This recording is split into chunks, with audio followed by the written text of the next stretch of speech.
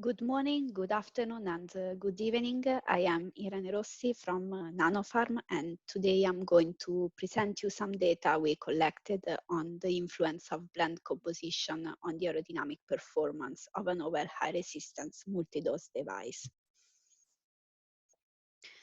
A major challenge in DPI design is to balance between inhaler resistance and flow rate. DPI can be divided in high, low, and medium resistance based on the resistance to the inhaled airflow. Patients inhale faster through low resistance devices and slower through high resistance devices because the pressure drops they generate tend to be similar. DPI devices generally fall into three categories: single unit dose devices, multi-dose reservoir devices, and multiple unit dose devices. Aptar Proeller is a blister multi-dose device. High resistance multi-dose inhaler devices are prescribed for COPD and asthma patients regardless of the severity of their disease due to their easier handling and low peak inhalation flow required. All of these increase the patient compliance. The complex relationship between design of the passive DPI device and the physical chemical properties of the powder formulation controls the fluidization, the aggregation, and the aerodynamic particle size of the emitted dose. The aim of this study was to investigate the influence of different blend composition on the aerodynamic performance of Aptar Proeller, a novel high-resistance multi-dose inhaler. In order to do that, 8 different lactose blend formulations have been produced employing fluticasone propionate as a model drug. The role of fine lactose percentages, so different percentages of fine lactose from 0 to 10%, and the addition of force control agents to decrease the interparticulate interactions of micronized fluticasone propionate particles were assessed during this study. After the manufacturing of these 8 formulation, strips were filled with 5 milligram of formulation using the same automatic equipment and subsequently loaded into Aptar Proeller. The aerodynamic performance was tested employing a next generation impactor at 39 liters per minute for 6.2 seconds. On the plot on the left, it is possible to observe how, in absence of the force control agents, the increasing percentage of fine lactose increased the deposition in stages 3, 4, 5 of the NGI and decreases the pre-separator fraction by reducing the interparticulate interactions between lactose and micronized FP.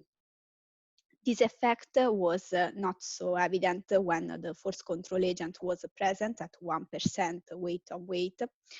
And contemporarily, it is possible also to say that the general deposition of FP aerosolized with Proeller in presence of the force control agent resulted higher in stages 3, 4, and 5 compared to what was observed in presence only of the different percentage, the increasing percentages of fine lactose. Statistical analysis of the aerodynamic parameters was performed, and the mass median aerodynamic diameter did not change significantly with an increased percentage of fine lactose when the force control agent was not present. However, it changed significantly when the force control agent was present at 1% weight on weight. The lower mass median aerodynamic diameter was also recorded for the formulation with 1% weight on weight of force control agent and 2.5% of lactose fine with a value of 2.10 micron. The presence of the force control agent significantly increased also the fine particle mass, as it's possible to observe in the plot on the right. as well as a higher fine lactose percentage also tends to increase the fine particle mass. However, the latter was significant only in the formulation without the force control agent.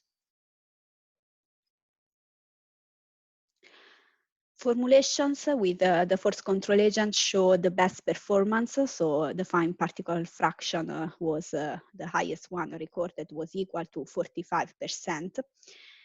Generally, all the formulation produced showed a high emitted fraction, so higher than 65%. And all the formulation comprising the force control agent showed the highest fine particle fraction, highlighting how the presence of the force control agent mainly influenced the aerosolization performance of Aptar Propeller. If we look at the formulation 345, which are the formulation which present the force control agent at 1% weight on weight and increasing percentage of fine lactose, it was difficult to observe statistical significant difference between these three formulations.